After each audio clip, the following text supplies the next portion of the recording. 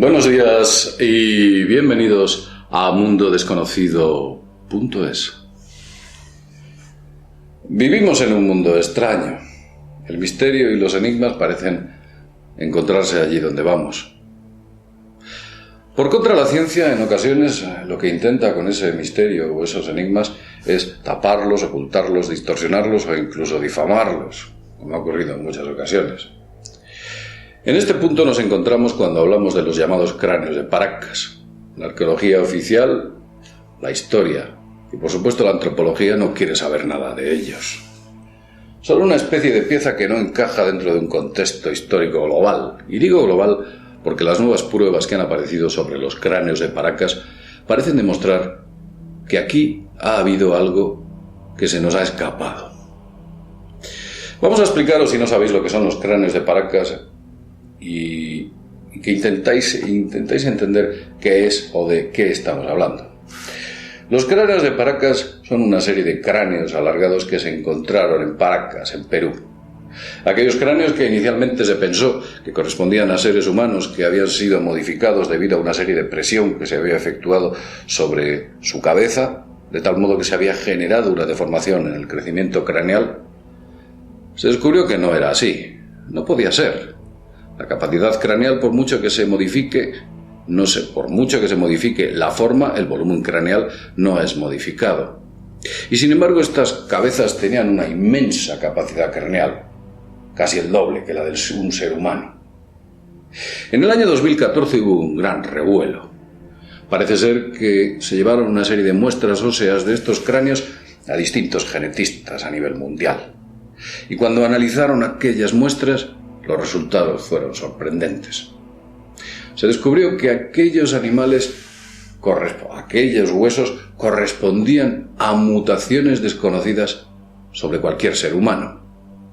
No eran humanos. Eran como una mezcla de algo con un humano. También se descubrió que tampoco eran una mezcla de un ser humano con un primate, ya que los primates no tenían ninguna característica similar a la que aparecía en su cadena genética.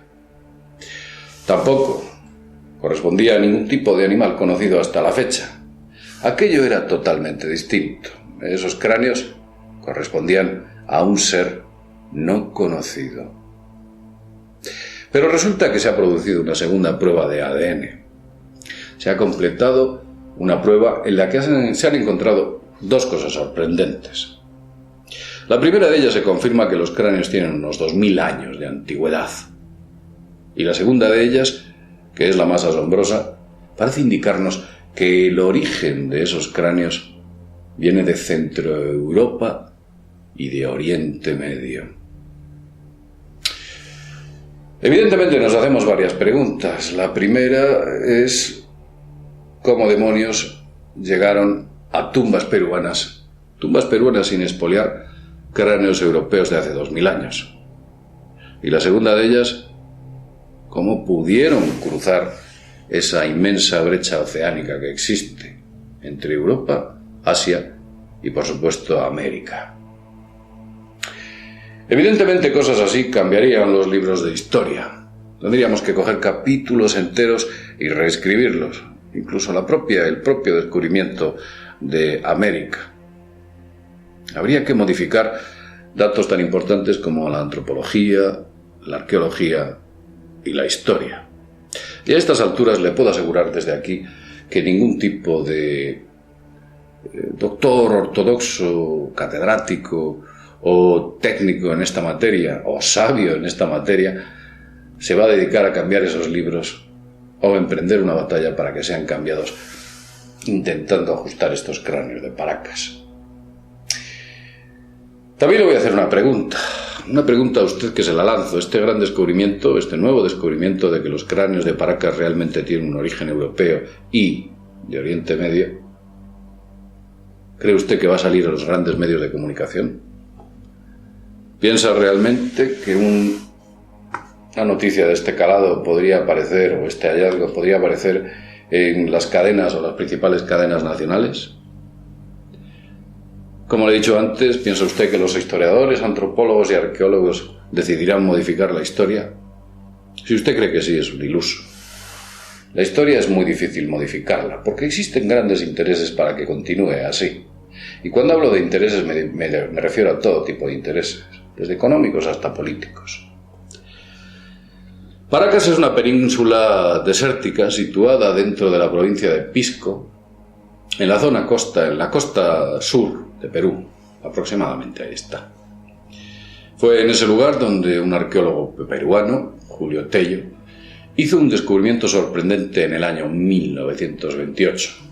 Encontró un enorme cementerio lleno de tumbas donde aparecían personas adultas con cráneos enormemente alargados como el que os mostramos. En total, encontró 300 cráneos. Algunos de ellos, como ya he dicho antes, superan los 2000 años. Pero vamos a intentar ser objetivos y ceñirnos a lo que la historia oficial cuenta. La historia oficial dice que lo que ocurre es que esos cráneos alargados correspondían al resultado de las deformaciones craneales producidas por la presión externa de tablillas atadas a la cabeza, que poco a poco iban produciendo una elongación del cráneo. Se alargaba, produciendo este peculiar efecto. Los antropólogos e historiadores decían que lo que intentaban buscar es como una especie de belleza. Otros decían que lo que intentaban buscar era una especie de parecido a sus dioses o a sus reyes. Pero desde luego estas teorías parecen no encajar con los cráneos de Paracas. Porque los cráneos de Paracas, en primer lugar, no corresponden a ninguna especie del planeta conocida, ni siquiera animal, ni siquiera ningún tipo de homínido. Es algo totalmente distinto, como dijimos al principio. Las muestras analizadas, cuando sacaron aquellas muestras, fueron extraídas con el máximo de los cuidados y llevadas a 2 laboratorios independientes, uno en Canadá y otro en los Estados Unidos. En segundo lugar, cualquier deformación craneal nunca alteraría el volumen, y los cráneos de Paracas tienen una capacidad craneal inmensa si los comparamos con el cráneo de un ser humano. En tercer caso, o en tercer punto, o en tercer lugar, los cráneos en ocasiones conservan pelo, y ese pelo de los cráneos es pelirrojo, es de color rojo, algo que nada tiene que ver con el color moreno de las culturas que en la zona vivieron. Es algo distinto. En cuarto lugar, el grosor del pelo es notablemente más fino, mucho más fino que la que hubiera correspondido a las culturas que vivían en aquella zona. En quinto lugar, se ha descubierto que el cabello tiene nexos genéticos vinculados a Centroeuropa, concretamente. Ese color rojizo. Como punto número 6, descubrieron que los huesos tienen un nexo genético que les une muy de cerca a la antigua Mesopotamia. El foramen magnum, que es un hueso que existe en la base del cráneo, un hueso que está, creo que es al final del gran atlas, por donde se establece la continuidad entre el sistema nervioso hacia la columna, es completamente distinto en estos cráneos al que el ser humano tiene. Los cráneos de Paracas, como punto número 8, no disponen de una costura ósea llamada sutura sagital. Una sutura sagital que existe entre la parte central de nuestro cerebro. Los cráneos de Paracas no lo tienen. Como punto número 9, las cuencas de los ojos de los cráneos de Paracas son distintos, no corresponderían al ser humano que habitó en aquella zona. Con todos estos puntos solo podemos llegar a una conclusión. Estos seres no son humanos. Se parecen a los humanos. Comparten parte de su genética, pero son algo totalmente distinto. Fijaos qué distintos son y la lejanía de ambos lugares, que nos recuerdan bastante a ciertos reyes del antiguo Egipto. Y digo reyes. ¿Nos acordamos de Nefertiti o nos acordamos de Akenatón? ¿Por qué casualmente tenían esa forma craneal exactamente igual que los cráneos aparecidos en Paracas, vinculados a las estirpes reales? Todos nos acordamos de los llamados Nefilim, que según los textos bíblicos antiguos eran descendientes de los ángeles caídos que se mezclaron con las mujeres de la tierra. Y lo que resultó fue una entidad híbrida de algo que podía encajar con esta hibridación humana encontrada en Paracas.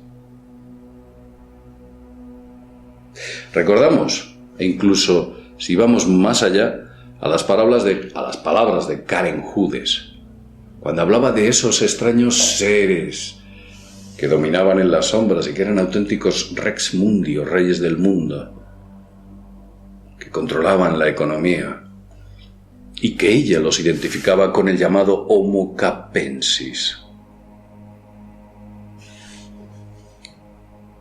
Creo que son pruebas más que suficientes como para poder decir y afirmar de que aquí hubo una intervención de seres o entidades por lo menos ajenos a la raza humana.